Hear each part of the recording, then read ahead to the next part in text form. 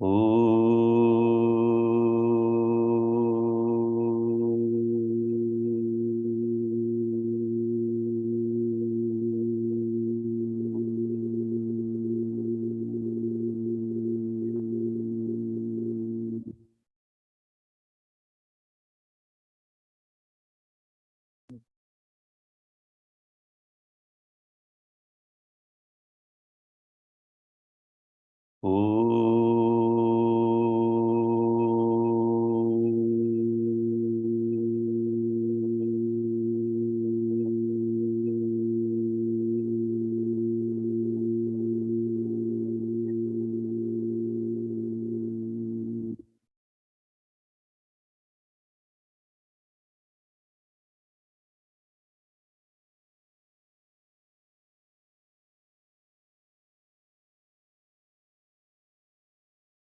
Om Sahana Vavatu Sahano Bhunaktu Sahaviryam Karavavahai Tejasvinavaditamastu ma vidvishavahai. Om Shanti Shanti Shanti. Samasta jana kalyani niratam karunamayam namami chinmayam devam sadgurum brahma vidvaram.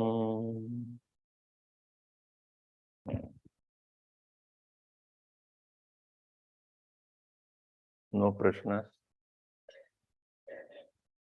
No questions? Yes. Somebody collect it, please.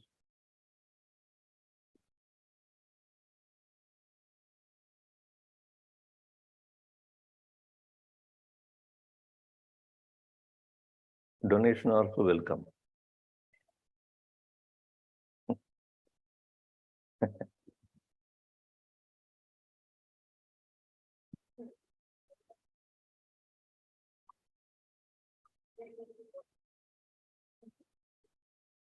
What do you say? Not necessary, except about their wife and children.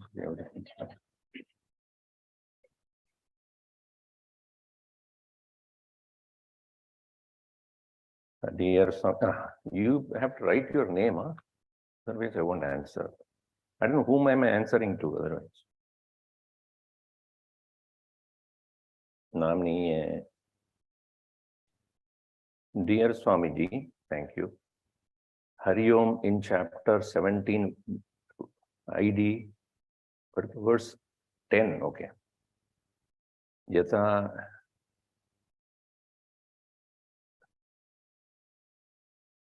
Yatayamam Gadarasam, okay.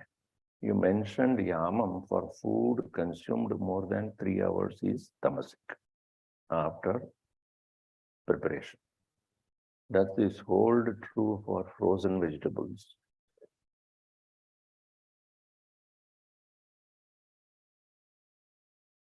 Frozen items.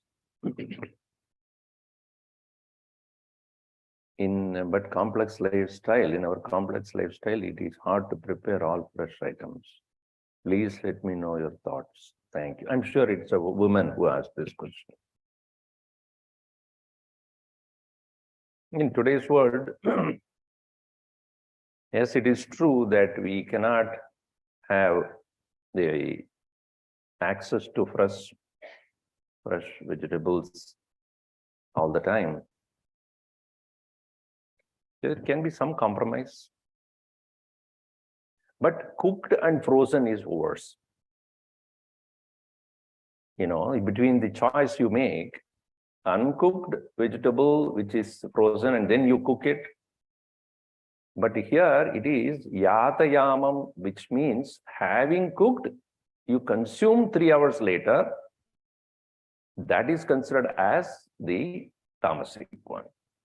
Because the food has lost its, edibility.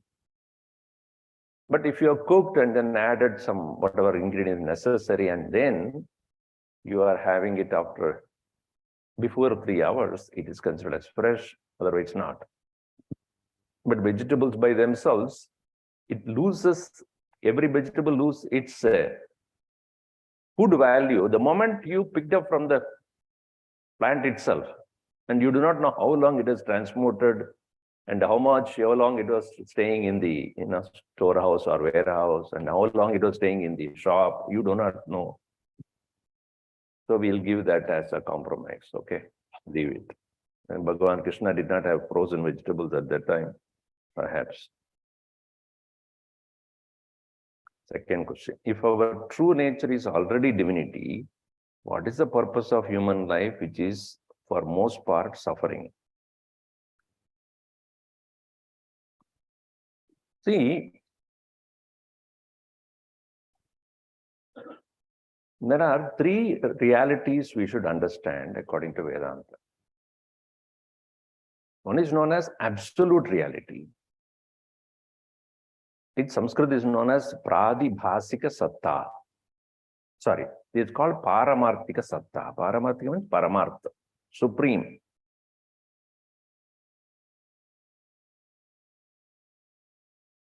Another is known as Vyavaharika Satta, transactional reality.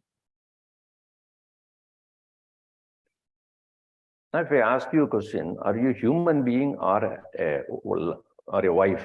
What is your answer?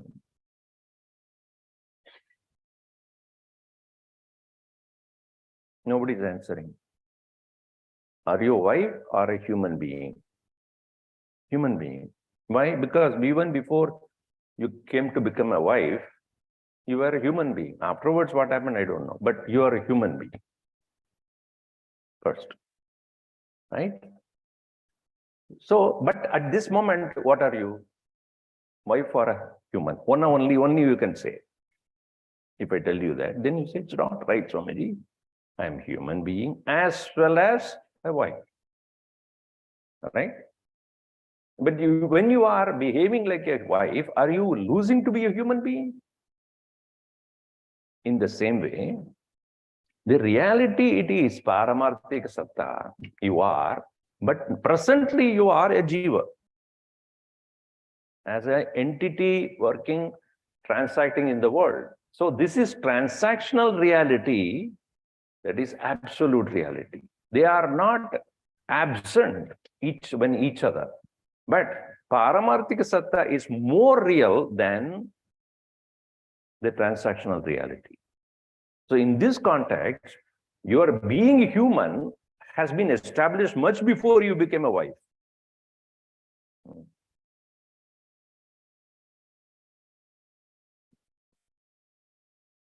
So when we understand this, it's now clear what is the purpose of human existence is to remain aware of this. While you are not compromising to be a human being, a wife or a husband or a parent, etc. You are. But in the present moment, we are only this, not knowing that. We are only transactional reality without recognizing our Paramarthika Satta, highest nature. So if you understand your highest nature, you know that you are divine. But that doesn't compromise you. That doesn't stop you to be a transactional person. So in the world, existence is to continuously enjoy your divinity while transacting in the world also. And what is the purpose of human existence? For the past actions that you have done, you have to reap the results. You did an action, who will enjoy the result or who will experience the results of those actions, good or bad? Yesterday, what you did, today you will have to experience the result of what you did yesterday. So too, in human life, you will be experiencing, any life also, not only human, the jiva, the individual entity, continuously experiences the results of actions while it is unaware of its absolute nature. When you come to have this knowledge, then your divinity established, you will understand the world of action and result, only transactional, temporary. It is there. But in the process, you won't lose your attention of that. Such an individual is a Jivan Mukta. Such an individual is, while transacting also, he is not affected by the results of his actions, for he is fully aware of his highest nature, and therefore standing from the platform of the highest nature, he will look at the world as temporary, evanescent, transient, changing, fleeting, impermanent. That doesn't affect him. So that is the purpose. Enjoy the world while knowing its unreal nature. But presently we are not doing that, and therefore we question it. Okay, clear? It's clear to me. We would like to practice daily meditation at home. Okay, could you please advise how we should do it? Example, when we should do it, how long we should do it, what we should chant, and then ... Meaning many other questions also.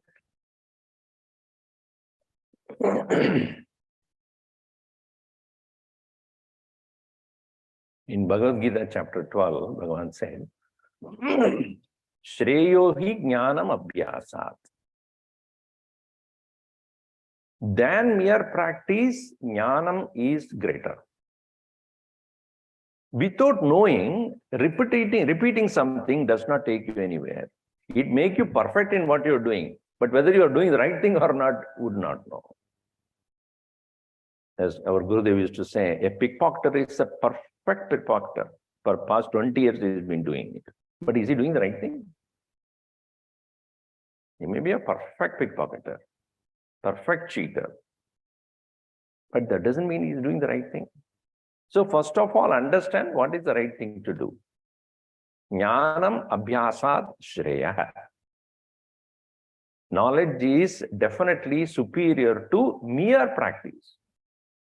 Then he goes on to say, Jnanat dhyanam vishishyate. Greater than mere knowledge, meditation is greater. Meditation is greater than mere knowledge. Meaning, experimenting what you have understood in the quiet mind is great indeed, superior. So without knowledge, practice of meditation is a mere repetition of something. So do not go from abhyasa to dhyanam without jnanam. This is Krishna consciously again and again puts this point. Do not do mere practice, repeating something without knowledge. Do not practice meditation without the correct understanding of what you are meditating on.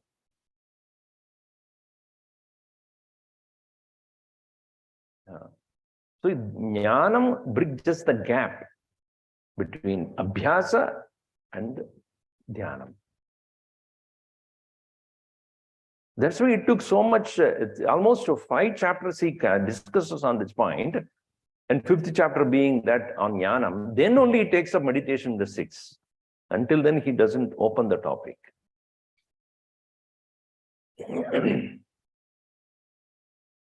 So, if you say that what we should do,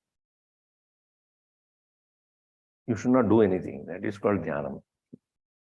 And why I should not do it? Because you are akarta. See, so long as I'm in the world of action, I think meditation is also an action. The meditation is not an action. It is not a verb. It is a noun. Is sleeping an action? Is sleeping an action? Tell me. What do you do to sleep? Somebody said, Swami, I listened to your lecture.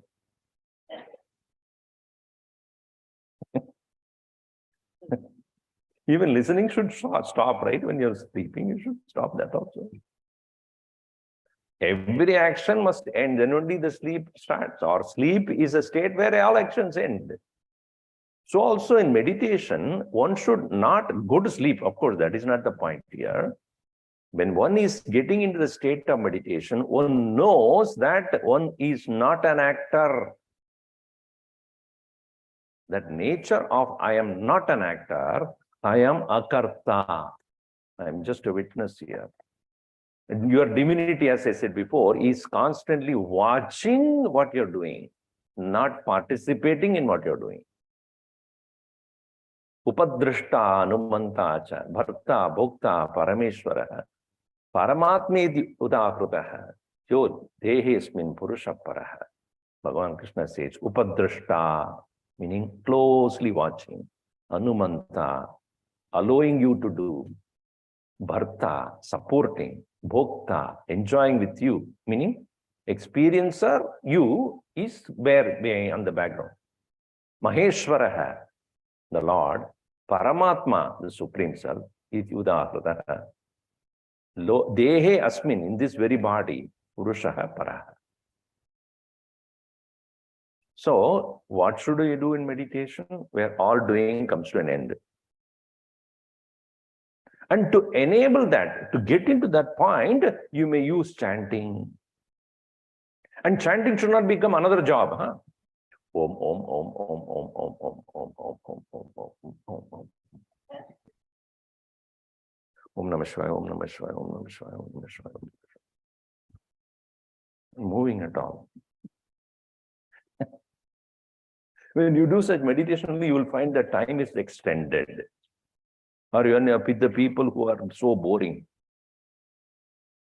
You keep watching. Why? Because you can't tolerate. And you cannot tolerate your own mind. That's why, Swamiji, how long should I meditate? I think 5 minutes is more than sufficient. I am a grahastha, so 5 minutes is sufficient. Gurudev used to say, you meditate the whole day. But that doesn't mean you formally sit down in a place. That may be done. Maximum, Gurudev used to say, more than 30 minutes, do not do it. Because it should not become a habit. Meditation should not become a habit. It is not a, what do you call, abhyasa. It should become a nature, swarupa.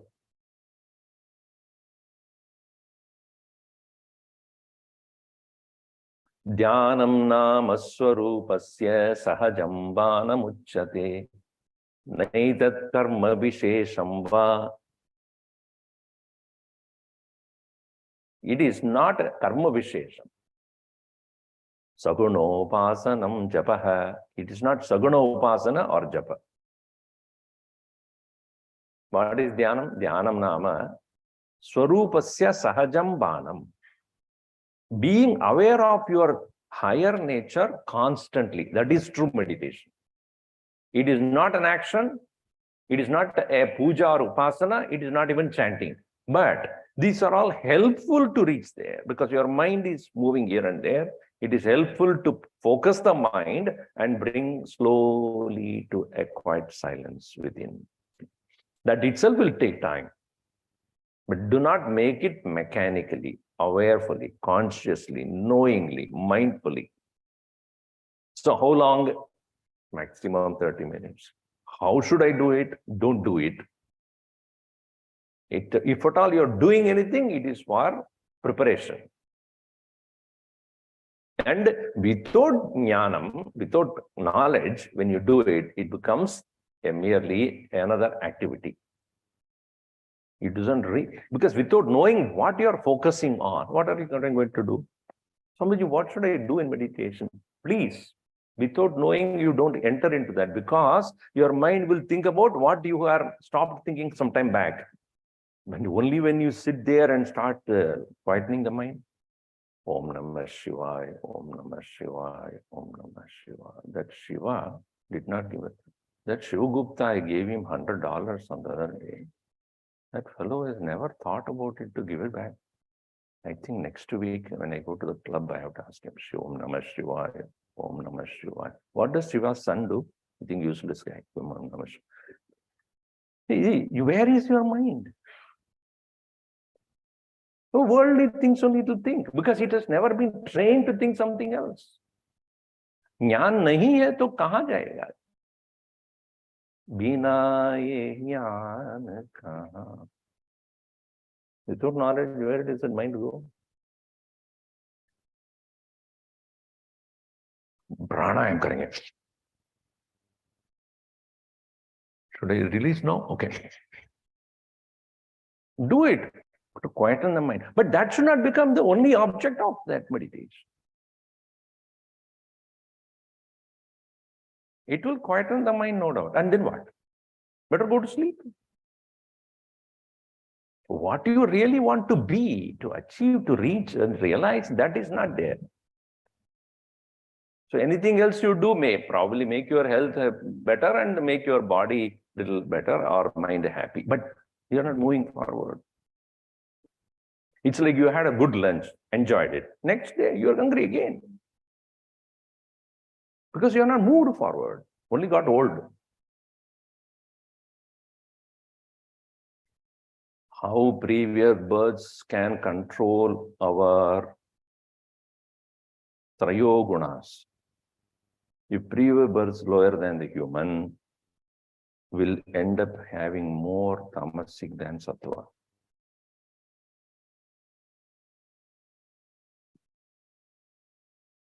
See, having become human being itself shows you are predominantly sattvic by nature. Because sattva sanjayate jnanam. A human being is one who is capable of thinking. So the very ability to think has already is there in you. Therefore, you're already sattva pradhan. But because of our unawareness about this, we engage in what body and other senses, etc. demands. Therefore, our sattva become malina sattva, impure, not absent, impure. Because of the malinatva or impurity of the sattva, these rajasic and tamasic qualities take over.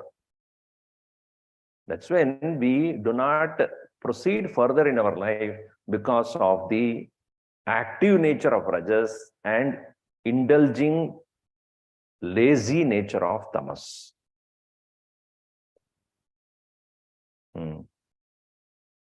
So your question is, how previous births can control your three gunas?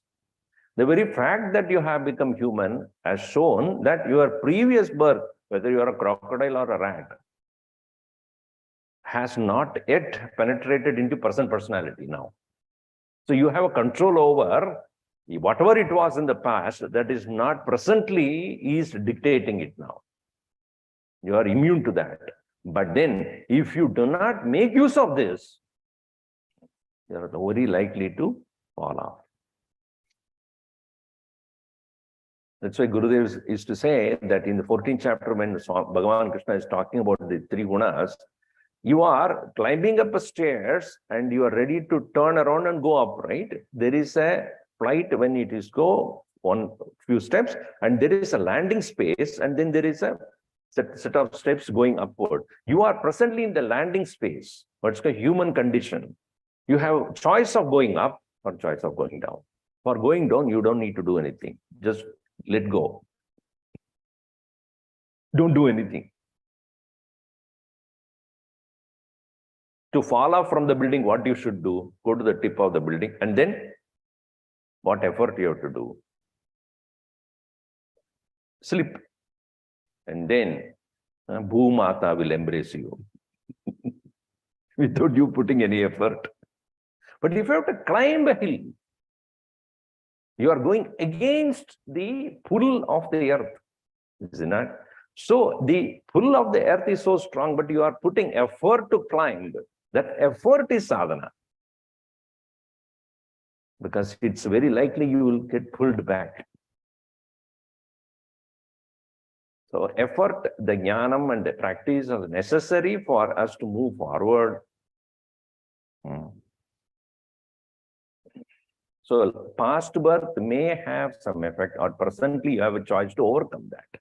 And you can, because being a human. That's why jantunam narajanma durlabam, manushya deham durlabam.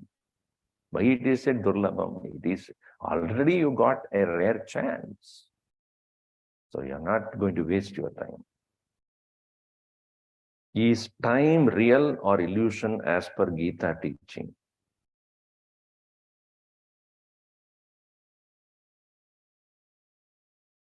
See, again, coming back to the point of absolute and relative, absolute time is in the hands of the Lord, which we cannot comprehend because creation is on the hand of the Creator who works on a time, a cycle. But what we consider as time as we know it is relative. For presently, what is the time now? Say 9:05 or 9:07. Where is the next question? If you're in Australia, if you're in India, if you're in China, what is the time right now? Now, is it absolute or relative? Because it depends upon where the sun is. Not where sun is, wherever it is only. Wherever we are, related to sun. So is it not relative? Wherever we are in the earth, on the earth, decides what your time is. If you come out of this earth and then away from the earth, what is the time?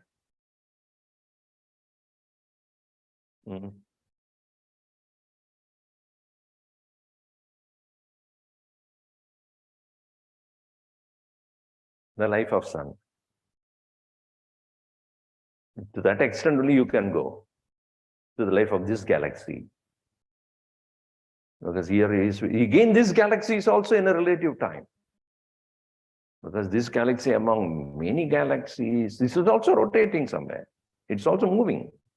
So Earth is moving, therefore related to Earth is a relative time. With respect to this entire galaxy of planets of this whatever, this particular galaxy, that is also related to some other factor. If you look at that way, what is your understanding of time right now is multi-level relationship. Apart from all these things also, our own mind can create a relative time. As I said, if I am sitting with a person who is very boring, even that 5 minutes looks like 20 minutes to me. Yes, Swamiji, that's what happens when I come to Bhagavad Gita class. Some people say that. Or you are sitting for meditation. If you are not interested or you do not know what to do, 5 minutes, probably 5 minutes meditation. Or you go to yoga class and then say, Hatha Yoga. Yoga posture 1. Raise your head and stay there. Oh my God. 2 minutes or 1 minute. It like one yoga. You curse the yoga master. I don't know what you are up to. No, why? Even that 5 minutes looks like 50 minutes. That's why when you are going to India, time runs fast. And when you're coming back home, like jet lag. Why? Because you don't want to come home. Anyway, so that is another relativity of time. So time is both relative and absolute with respect to, absolute means only with respect to God. That's why we call Bhagavan as Kalatita. It's beyond time because he has time as a factor which he uses for creation. If something bad happens, is that indication that you're doing something wrong?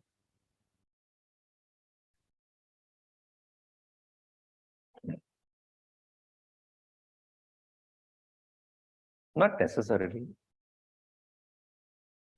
See, many times it is said that if something bad happens, Bhagavan is testing your patience, your faith. Because very easily we will give up. That's why I said belief is that something which we give up so easily because we do not have faith.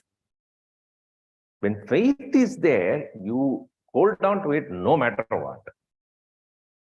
Bhagavan wants to find out whether you are just believing or you are having Shraddha.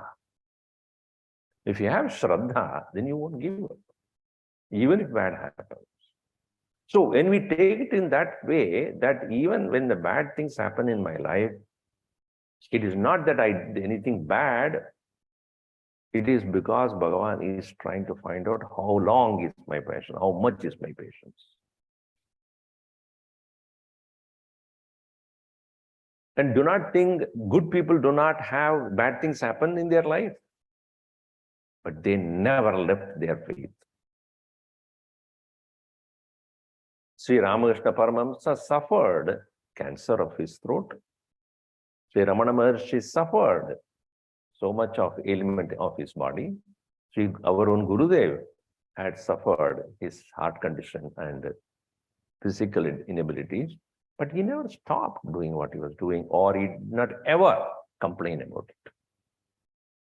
That's one thing we learn from all masters, that inspires us. Whatever be the condition of the body or situation, so what? Get going. You just leave it. Just keep moving towards your goal. They never had a setback in their life. Even if they had, they never stopped. So bad things may happen. Whether it is because of your previous actions or not, we don't know. It's better not to sit and dwell on that, but get going with what you need to be doing and have a positive outlook. Yes. If your children, my children, and spouse, if your children and spouse are sattvic, highly, are somewhat sattvic, okay, highly tamasic and rajasic, and not that I am purely sattvic and I want to and working towards being sattvic. Do I ignore their tendencies or should I work on changing them? I find it difficult to be sattvic as their tendencies provoke my rajasic nature. How should I handle myself? Should I put it on karma?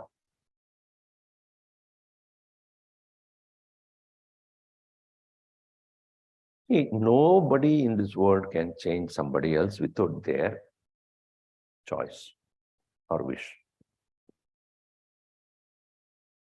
Anybody tried here to change somebody? You would have become very wise. And I can't change. You come to realize that. Why I'm telling this, even to change ourselves is so difficult. Why are you working on others? Try to change yourself. Gurudev said, you change. You cannot change somebody else unless that person wants it. You cannot eat for somebody else's hunger. You cannot eat for somebody's tired. You cannot sleep for somebody else. You cannot breathe for someone else. Every individual has come into this world according to their own behavior of the past, no doubt, and they have to face their own experiences in life. I cannot replace myself with you, or you cannot replace me. Having understood, our problem is attachment. I think I'm responsible for his behavior. If that person understands my behavior reflect upon my parents, he would have changed a long time back. Is it not? Our own mind doesn't behave the way we want. What to talk of others? Try. If your own mind itself won't listen to you, how do you think somebody else will listen to you? The child is small and young, then probably yes. But once the child has become an independent thinker, see, if the child behaves or the son or daughter behaves rajasically, tamasically, you can advise, direct, discipline to some extent, but don't lose your cool. If you are also losing yourself, that's what you are talking about now. I am becoming Rajasi because they being Rajasi. That only shows you are so vulnerable. You are weak. You are not strong. When your sattva is established, you from that standpoint become immune to others' behavior first. What is immunity? Even in the world of science or medical science, what is immunity? Where you don't become weak because of the external circumstance. So create that immunity in you. I am strong. I cannot be influenced by anybody else around. And from then, that standpoint, you can advise. You can try to direct the person, not discipline anything. If you yourself is weak, then everything will around you will definitely influence you. So if I am a teetotaler, even if you take me to a liquor shop, I will be very happily looking at everybody else. I don't care. You drink and die. What does it matter? Because I don't want it. I know it. So if your sattva is strong, then nothing outside can help influence you or destroy you. So even if the problem is, oh, my child, because the child is in front of you, afterwards when he goes to the university and does whatever, you don't watch every time what he is doing. You believe and pray, okay, let him do whatever he is doing rightly. Our problem is now because of the cell phone. What are you doing? Eating. What are you eating? Wood, not stone or mud. That's the answer you get. When you're driving, look at the road. Where else?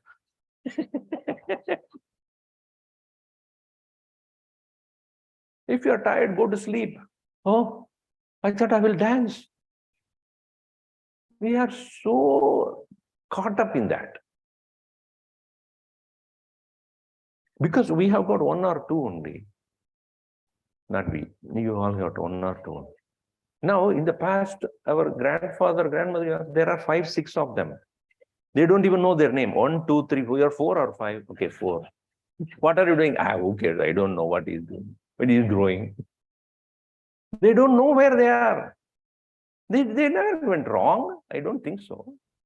Somebody who went wrong, we cannot help it. Now, because of 1 or 2, what are you doing? What are you doing? What are you doing? Nothing else to do or what? Once that is over, grandchildren. I'm telling you, it's an unending samsara, where we are stuck in the same point. We never improve. We never move forward. That's why I always tell parents, children grow, parents don't. They're stuck. I'm not saying that you have become selfish or anything. And allow them to do what they need to do, direct them, discipline them, guide them, give them the right values. But do not think that you are responsible for whatever they do. They are another jiva, another living being. They have come with their own baggage of things. I hope you understand. If you don't, next birth. Hari Om Swamiji. Please see back. Oh, in the back, okay, behind. For a realized person, does type of wood matter? As she is getting bhiksha and thus has no choice. You understood my plight. Thank you so much. I get insulted, assaulted food also. Assaulted food means no salt. Insulted food means too much of salt. Okay. So, no. See, if the point is that food is only a part of your life. You take part in that.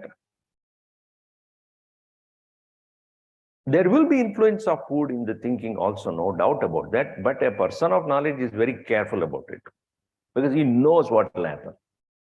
So if the food is prepared not correctly or very full of oil and too much of rajas and too much of tamas, he will safely would avoid it. Not necessary. Well, nobody is going to die because one day we don't eat. So you take a little and make the person happy, and then that's it. Who won't eat, because somebody brought, I have to eat, thing like that. So even I have no choice. I'll have buttermilk and go to sleep. You don't need to necessarily suffer those food. Among 5 Vishayas, is one stronger than the other. Seeing, tasting, touching, hearing, and smelling.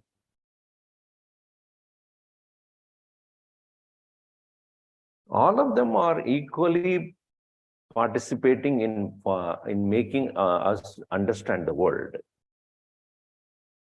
Right?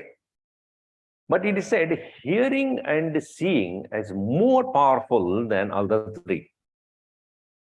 That's why we say, Badram karne vishrunuyama, Badram pashyema akshabihi.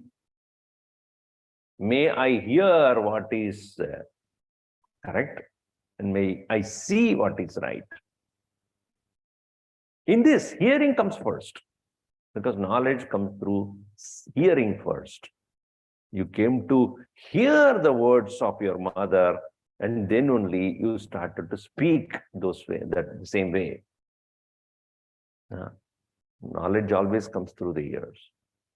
And also, if I look at an object, unless I have heard what it is, I would not know what it is.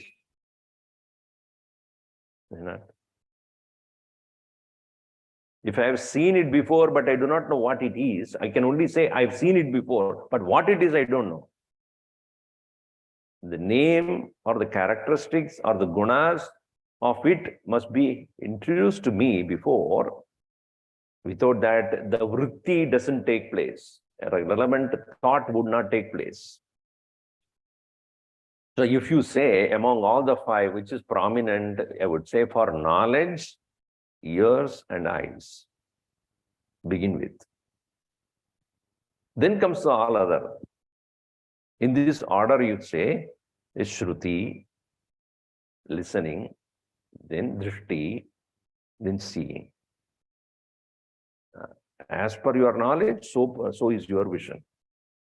Everybody sees the same thing, but everyone would not see the same thing in the same way. Why? Based upon what they know.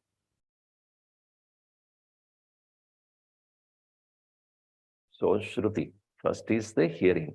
That is, knowledge comes through that. Shravanat Jnanam. Then according to the knowledge, so will be the perception, the world, how you see it. Then after seeing only, you decide whether to go for it, touch it, smell it, taste it.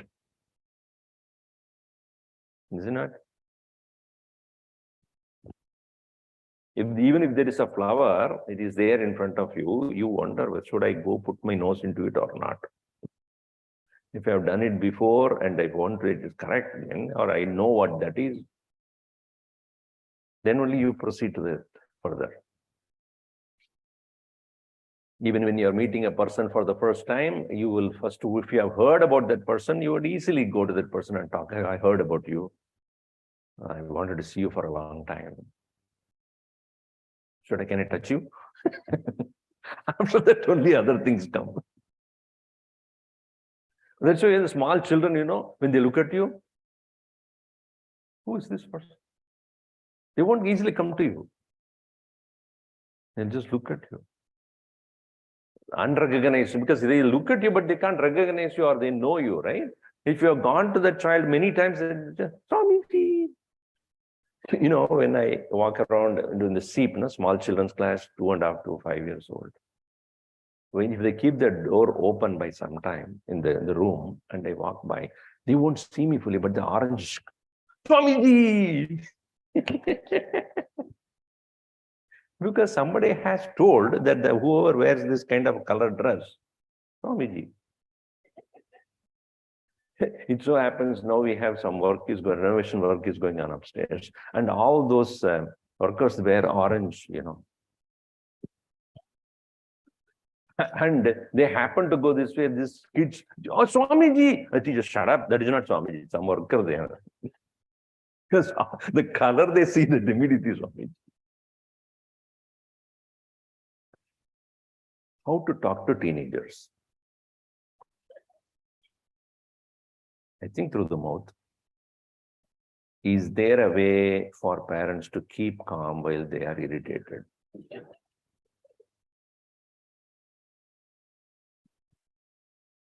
Just behave in the same way your parents did when you were a teenager. Because the world repeats itself, I'm telling you. The way you irritated your parents, you go and ask them. They will tell you what to do. No, don't think that you are all goody all the time. Your children will go to your parents and say, how was my dad when I was in my age? Don't even ask that question. Such a wild fellow. He had one head, but he thought like Ravana. Yeah, everybody goes through the stage. Tolerate them. After all, your children only, And these teenagers want you to repeat the same thing again and again because they most of the time don't hear. Nothing wrong in repeating.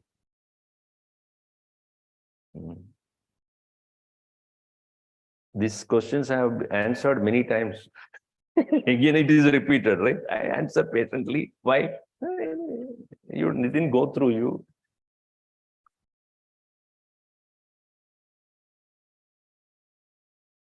Om sarve bhavantu sukhinah, sarve santu niramayah, sarve bhadrani pashyantu, ma kaschid dukkha bhat bhavet. Om shanti shanti shanti. Hari Om Shri Gurubhyo Namaha. Hari Om. So this will be the end of our Gita class for the year. For next week, we have the movie that we are showing of Gurudev.